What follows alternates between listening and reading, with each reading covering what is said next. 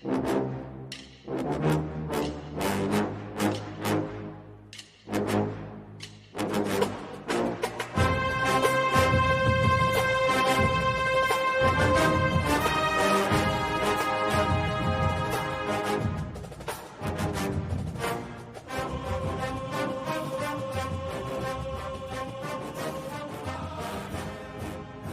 morning, Bucknutters. Welcome to the Bucknuts Morning Five here on Monday, September 27th, 2021. I am Dave Biddle. I am very happy to be joined by the Dean of Ohio State football recruiting, Bill Kurelic. A lot to get into today, Bill, both on the recruiting front and team-wise, the actual 2021 Buckeyes. I definitely want to start with recruiting, though. We have the Dean in the house. With the situation with Kerry Coombs basically being demoted from defensive coordinator, even though he still has the title, Matt Barnes taking over as calling the defense. I mean, Kerry Coombs is such a dynamite recruiter. How do you think this might affect recruiting as far as defensive backs and just defensive recruiting in general with Kerry Coombs having a lesser role now? Well, at this point, Dave, and I tend to think it'll stay the same. I don't think it's had really an impact on Ohio State recruiting. And part of the reason is that, Kerry Coombs recruits primarily cornerbacks. And if you look at what Ohio State has in their recruiting class right now, at corner, they're for the most part, unless something were to change, they're for the most part done. They've got Terrence Brooks, who is solidly committed. He could play, by the way, any place in the Ohio State secondary, but number one, the thinking is cornerback, and he's a great one, by the way. They've got Jair Brown, who I went to see play on Friday night, and he told me he's solid. He's not being recruited anymore by any other schools because he's going to Ohio State, and he's just an outstanding corner prospect as well. They've got also committed Ryan Turner, and he's so the three corners. They're all, unless something changes that I don't expect to happen, very solid. Sure, Kerry Coombs helps out with other positions, specifically safeties, but Matt Barnes really has been the guy to recruit safeties. So that's where their needs are still at safety. They've got two great ones that they want to add to the class, and Zion Branch and Xavier Nwankpa. And those guys are, very much considering Ohio State still. So I don't think it's really had an impact. The feedback I get from talking to players is that they're really anxious to play for Kerry Coombs. Jair Brown said that. He talks to Kerry Coombs all the time. So I really don't think it's had, a big impact so far, and we'll see what happens moving forward. I know you did an update on 2022 defensive end Kenyatta Jackson last night. I want you to tell the listeners the latest with him. For those that don't know, out of Hollywood, Florida, the number 7 edge rusher in the country in the 2022 class, number 78 overall player. What's the latest with Kenyatta Jackson, Bill? I really continue to feel like it's trending positively for Ohio State. He does want to make one more visit. He's trying to get another visit in to Oklahoma. And it's really down to Ohio State and Oklahoma. And I really feel Ohio State has the lead right now in that battle. And in talking to others that are familiar with Kenyatta's recruitment, they tend to feel the same way, that Ohio State has the lead and that it's kind of on Oklahoma, so to speak, to beat out Ohio State. That's the position you want to be in. I'm not even, I think Kenyatta will likely get that visit into Oklahoma to one of their games, but I'm not even certain that that's going to happen.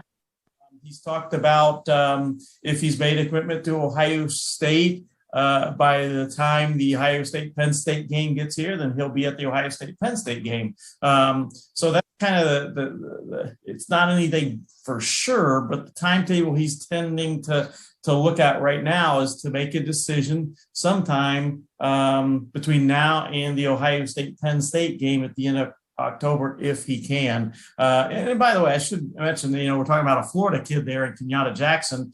Kerry Coombs is a great recruiter. One of his states, areas to recruit is the state of Florida. He recruits in the state of Florida.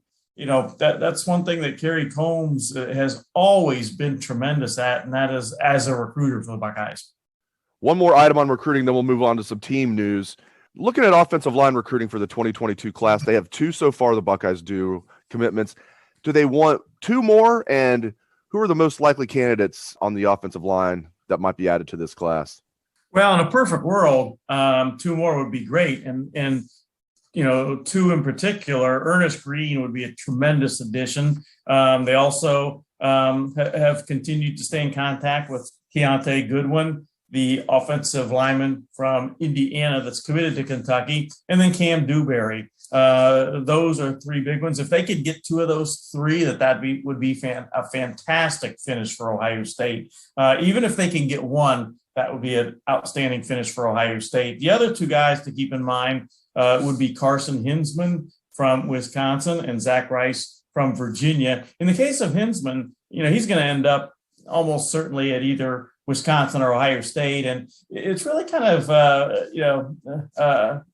an assumption that he's going to Wisconsin. And I do think that that's probably where he will end up going. But, there is a faction there within his camp that really likes Ohio State a lot. So, we'll see what happens there. But I think the main three right now are Ernest Green, Keontae Goodwin, and Cam Dewberry. Goodwin will likely get back to Ohio State or get to Ohio State for a visit at some point, schedule an official visit. Green will make an official visit. His other one was the Oregon game, and that got postponed because his team's game lasted late on a Friday night, so they couldn't get their flight here to Columbus, but that'll be rescheduled. And then Cam Dewberry, who's already made an official visit. If you had to handicap it right now, of the three, I would say that Ernest Green would be the guy most likely to end up at Ohio State. All right, let's shift gears and get into some team news. First of all, Kayvon Pope, I've never seen anything like this. I've been on this is my 20th year on the beat. I've never seen anything like it. There have been times when guys, I've heard stories of guys quitting the team at practice and even coming back and rejoining the team, come back, apologize. And there's guys that have just quit the team and have never returned. We've never seen anything like this unless I'm missing something, where it was right in front of everybody, 95,000 people at the Horseshoe. Kayvon Pope quits the team, goes back to the locker room, says some things on social media. And then Ryan Day dismissed him from the team yesterday. Now, Kayvon Pope, to his credit, put a very nice message on Twitter. We've all gotten heated and said things that we didn't mean and maybe did things we didn't mean. So I wish him well, but man, I've never seen anything like that. I guess the only thing, I didn't see this, but I was a kid at the time. I mean, Robert Smith quit the team and didn't even come back the whole year and then came back the next year in 1991. That ruined my 8th grade year when Robert Smith quit the team. I was like, what are you doing? You're Robert Smith. What are you doing? You can't quit the team. Then he came back in 1992. So that's always stood out as a super interesting story to me. But like Kayvon Pope, I have never seen anything like this, Bill. Well, I would agree. Being an old guy, the 35 years I've done this, I can't ever remember anything like that. And, Dave, what was kind of the most bizarre thing to me is that, you mentioned that it happened during the game. It was being talked about during the middle of a play. I'm watching the game and during the middle of the play, and I believe it was, I don't remember the exact play, but it was a play that Ohio State was going for a long gain. And instead of talking about the play, the announcers were talking about Kayvon Pope quitting the team. Just bizarre that that would be happening during a play that Ohio State is getting a long gain on, and they're not even talking about the play on the field. They're talking about something else. So it was truly bizarre. I guess I would put that at the top of my, in-game bizarre things to ever happen. And then it's an unfortunate thing to happen. And like you said, to his credit, Pope, I guess put an apology on Twitter afterwards later on. And I was glad to see that. But I don't think, Ryan Day had much of any choice in that matter of what to do in that situation. And everybody moves on and you hope for the best for everyone. That's right. I mean, you coached for years. You coached, even before your kids came along and they were in sports, then you coached all of your kids in sports.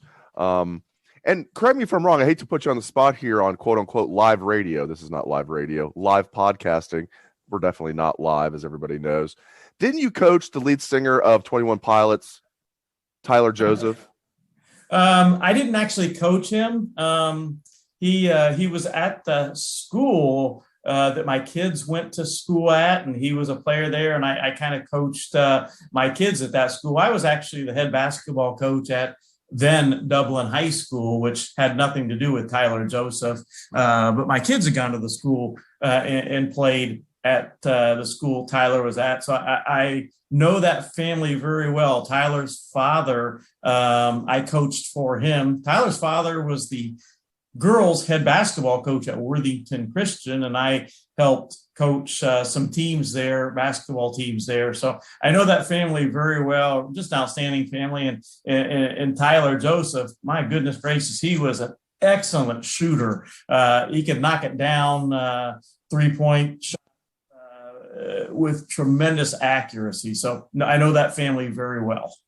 Great band. I mean, they're unique. They're not for everybody. I personally like them a lot, and they're huge. Are you aware of how big 21 Pilots are?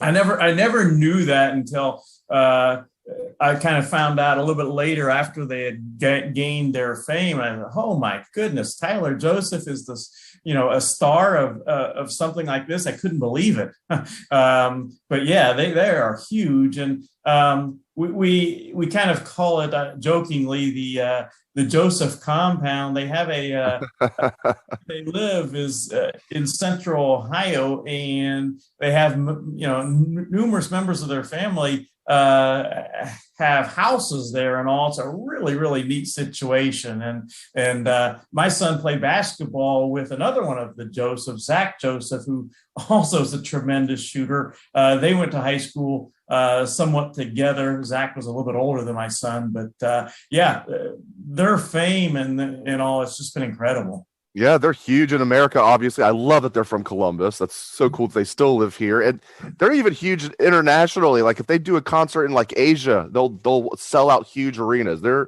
and outdoor venues. They're even huge internationally. Anyway, got off course there. My point was, before I brought up 21 Pilots, I went on a tangent there. When you mentioned Ryan Day had no choice, that's exactly right. Even if Kayvon Pope came back, begging to come back on the team, you cannot let that slide. If you let that kid come back on the team after that, and it wasn't just the quitting the team, it was getting on and saying F Ohio State on social media, even though he deleted it. You don't really delete anything on social media. People can screen grab it. It's there forever. You can't let that kid back on the team. That just sets a horrible example. Ryan Day needs to, and I like the way Ryan Day handles his business with stuff like that. All right, moving on here. Now, you can't say Kayvon Pope. What surprises you the most negatively about the team so far? And what surprises you the most positively? We don't have to be all negative, but we're like 1/3 of the way through the regular season already. When you look at this team, what surprises you the most negatively and what surprises you the most positively?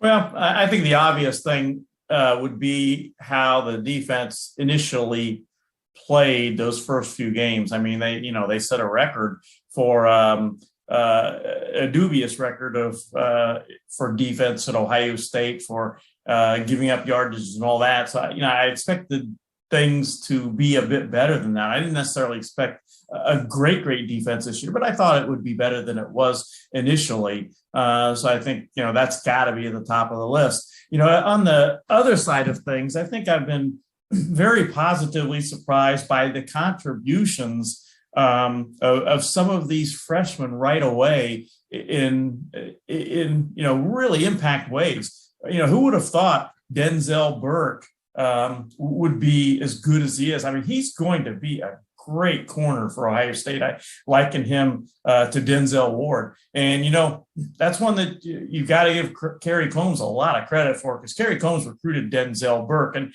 Denzel Burke was pretty highly recruited, but he wasn't the most highly recruited guy in his class. And Kerry Coombs saw that talent and was big on bringing him to Ohio State and got his man. He got a great one. JT Tuimoloau, he's been here and he's out on the field making big contributions. That certainly has been positive. And Trayvon Henderson, Jack Sawyer, some of these guys that have made contributions. Tyleik Williams has surprised me, a guy that you wouldn't expect him to play like he has played so quickly at Ohio State. So there have been some really positive things from, and I'm not getting everybody in there, but those are some big ones. Some very positive things from Ohio State true freshmen that have had big impacts, and those guys are going to be great players.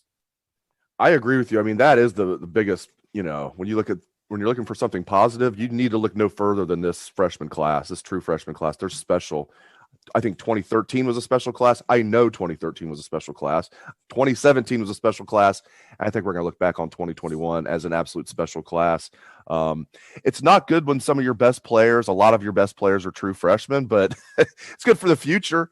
They need some more leaders to step up. You talked about this last night in your column. They need better leadership on this team. But this freshman class, I expected a lot out of Travion Henderson. He's exceeded those lofty expectations. He looks like he's going to be one of the best running backs to come out of Ohio State. And I do not say that lightly, given the lineage of running backs here.